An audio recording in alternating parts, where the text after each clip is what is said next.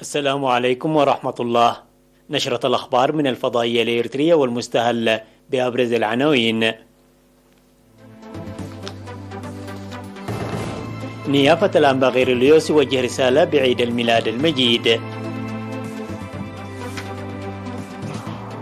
إصابة 50 مواطنا بفيروس كورونا اليوم.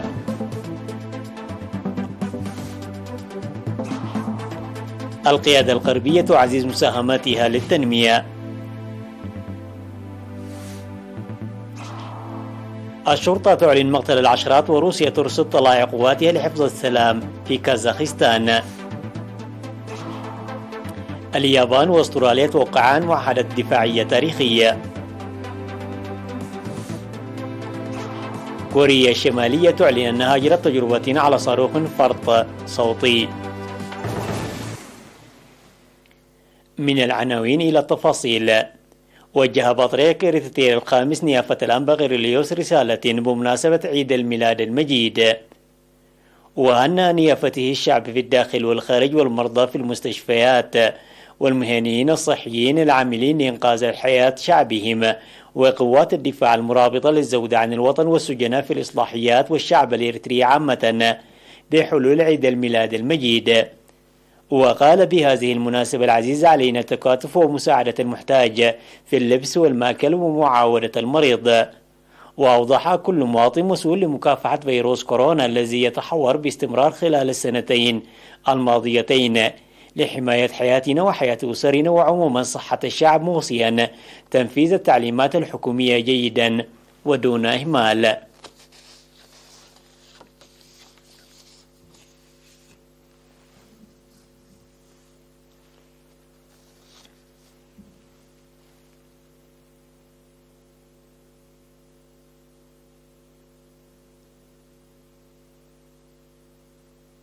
إعلان وزارة الصحة.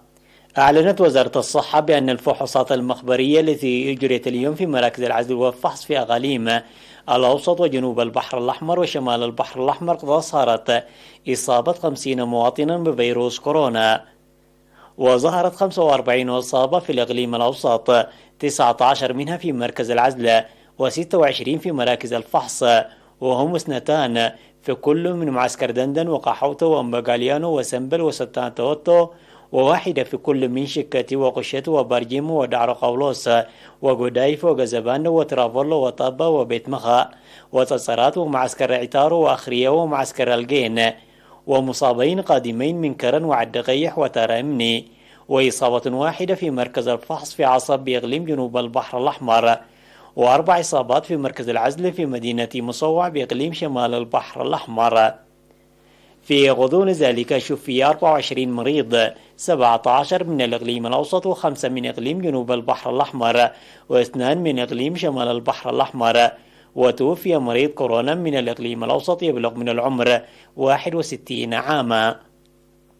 وبهذا بلغ عدد المصابين بفيروس كورونا في البلاد حتى الآن 8211، شفي منهم 7865 وتوفي 69 مريض، فيما لا يزال 267 من المرضى يتلقون العلاج بالمستشفيات. وزارة الصحة 6 يناير لعام 2022.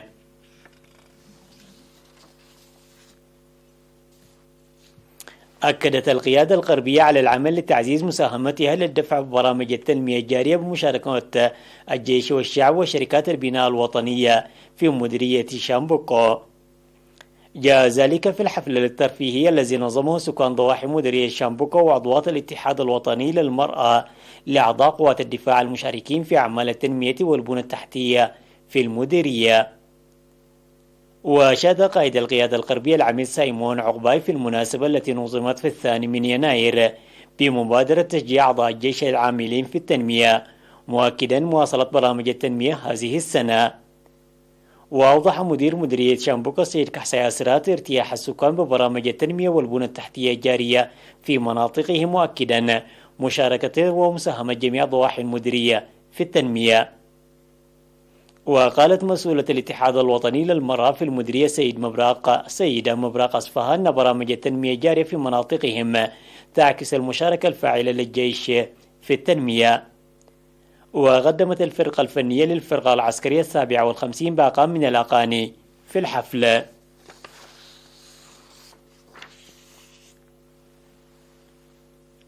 أفاد مكتب وزارة الثروة البحرية في الإقليم الأوسط تحقيق نتائج مرضية من جهود تقوية القدرات المهنية لجمعية صيد الأسماك وزراعة الأسماك في المياه العذبة والتغذية بالأسماك في الريف. وأوضح ممثل القسم الزراعة والأراضي في الإقليم الأوسط السيدة أسرت هايلي في التقييم الذي أجراه المكتب في 4 يناير العام السنة الماضية تنفيذ أعمال فاعلة لإصلاح مجاري المياه على 35 سدا إلى جانب زراعة الأسماك. وذكر مسؤول مكتب وزارة الثروة البحرية في الإقليم الأوسط السيد إيساو تكو وجود 4 جمعيات صيد أسماك في مديريات بريخ وقلة نفح وسرجقة، وبذلت الجهود لتغذية سكان الريف بأسماك المياه العذبة، حيث تم صيد حوالي 1443 كنتال من السمك العام الماضي. وقدمت في الاجتماع تقارير عن الأنشطة المنفذة العام الماضي لزراعة الأسماك في السدود وحماية السدود من الطمي وبرامج التأهيل والتدريب. ودعا حاكم الإقليم الأوسط السيد فساي هايلي في ختام الاجتماع العمل بقوة للتسقيف الغذائي لاستخدام أسماك المياه العذبة والقيام بأنشطة نفير لحماية السدود من الطمي.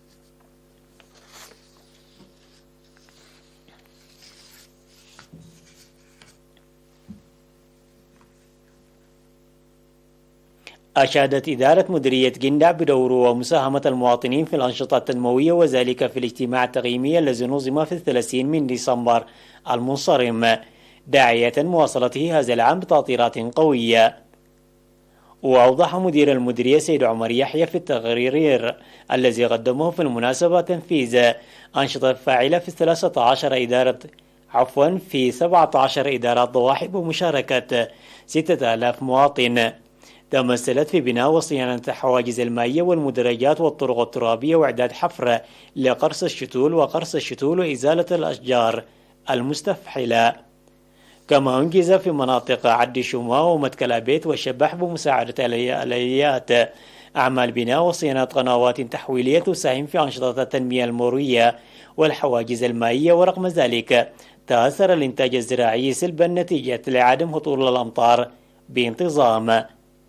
وأشار السيد عمر يحيى فيما يتعلق بالمجال الصحي وخاصة تطعيم الأمهات والأطفال إلى إنجاز أعمال فاعلة وتنظيم حملات توعوية مكثفة للحد من جائحة كوفيد-19، إضافة إلى اكتمال أعمال المسح في مناطق عد شومة ودماس ومتكل أبيت وشباحة.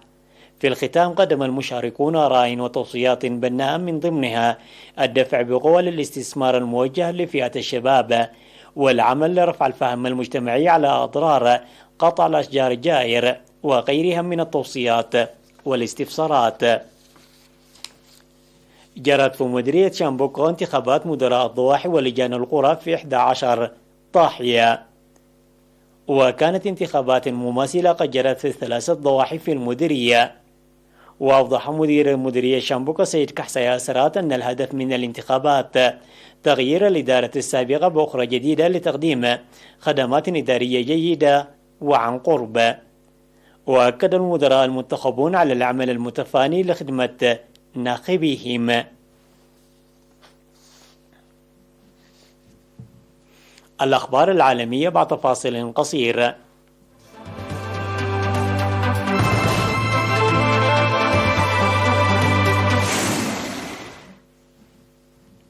تواصلت الاحتجاجات العنيفة في كازاخستان حيث اشتبكت قوات الأمن مع المحتجين في الساحة الرئيسية بمدينة المالتي كبرى مدن البلاد، في حين أعلنت الشرطة أنه تم القضاء على عشرات المهاجمين ممن وصفتهم بالقوى المتطرفة الليلة الماضية. ومع التطورات المتسارعة التي شملت إعلان حالة الطوارئ وتوقف الرحلات الجوية كليا من كازاخستان وإليها، أعلنت منظمة معاهدة الأمن الجماعية التي ترعاها روسيا أن موسكو أرسلت أول كتيبة من قوات حفظ السلام تلبية لطلب من الرئيس قاسم جمهورية توكييف. وأعلن المتحدث أنه تم القضاء على عشرات المهاجمين ويجرى حاليا تعرف على هويات القتلى. من جهتها أعلنت وزارة الصحة الكازاخية اليوم عبر قناة تلفزيونية رسمية إن أكثر من 1000 شخص جرحوا في الاحتجاجات وأعمال الشغب التي تهز كازاخستان منذ أيام. ومع انتشار الفوضى، أعلن البنك المركزي في كازاخستان إيقاف عمل البنوك والبورصة إثر أعمال نهب تعرضت لها المؤسسات المالية في مدن عدة.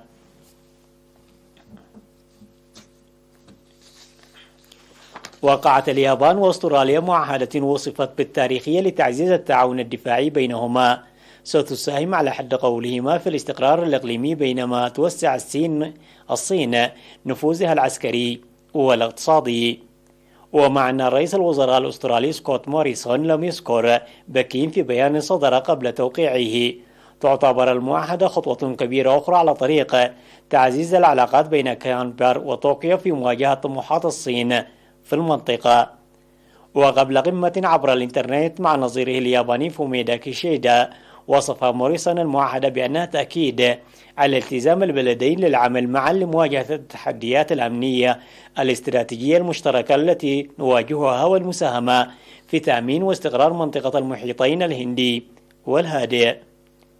واليابان واستراليا تشاركان مع الولايات المتحدة والهند في مجموعة غير رسمية تسمى كواد، ساعد في السنوات الأخيرة إلى بناء تحالف في مواجهة التهديدات التي تشكلها الصين على الممرات البحرية الحيوية في المحيط الهادئ على حد قول المجموعة.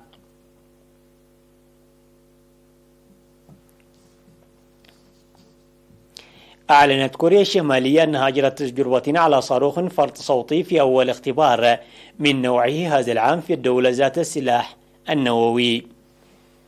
وقالت وكالة الأنباء الكورية الشمالية الرسمية أن الصاروخ الذي أطلق حمل رأسا حربيا انزلاقيا فرط صوتيا، وأصاب بدقة هدفا على بعد 700 كيلومتر.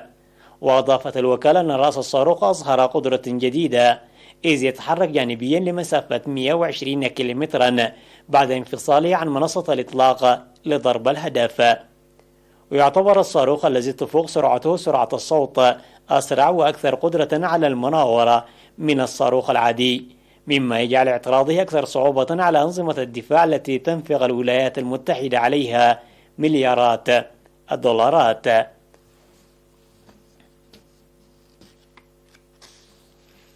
أقيم أول مزاد للتونة في العام الجديد 2022 في سوق تواسكو للأسماك في طوكيو، والذي يعد أكبر سوق للسمك في العالم. ونال سمك التونة الزرقاء تم اصطيادها في أواما بالطرف الشمالي لجزيرة هوانشو في شمالية اليابان، وبلغ وزنها 211 كيلوغراما، لقب أغلى سمكة خلال هذا المزاد. وقالت قناة NTF اليابانية أن سلسلة الشوشي جينس أوندرا هي من اشترت سمكة التونة مقابل 16.88 مليون ين، أي حوالي 146 ألف دولار أمريكي، وتخطط لتقديمها في 8 من مطاعمها في وقت لاحق.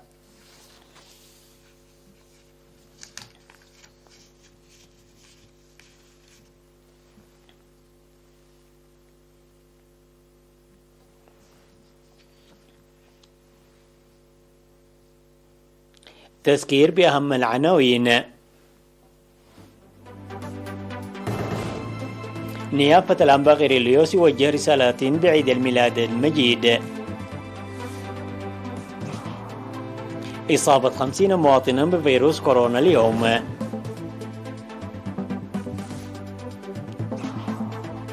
القيادة الغربية تعزز مساهمتها للتنمية. الشرطة تعلن مقتل العشرات، وروسيا ترسل طلائع قواتها لحفظ السلام في كازاخستان. اليابان واستراليا توقعان معاهدة دفاعية وصفت بالتاريخية.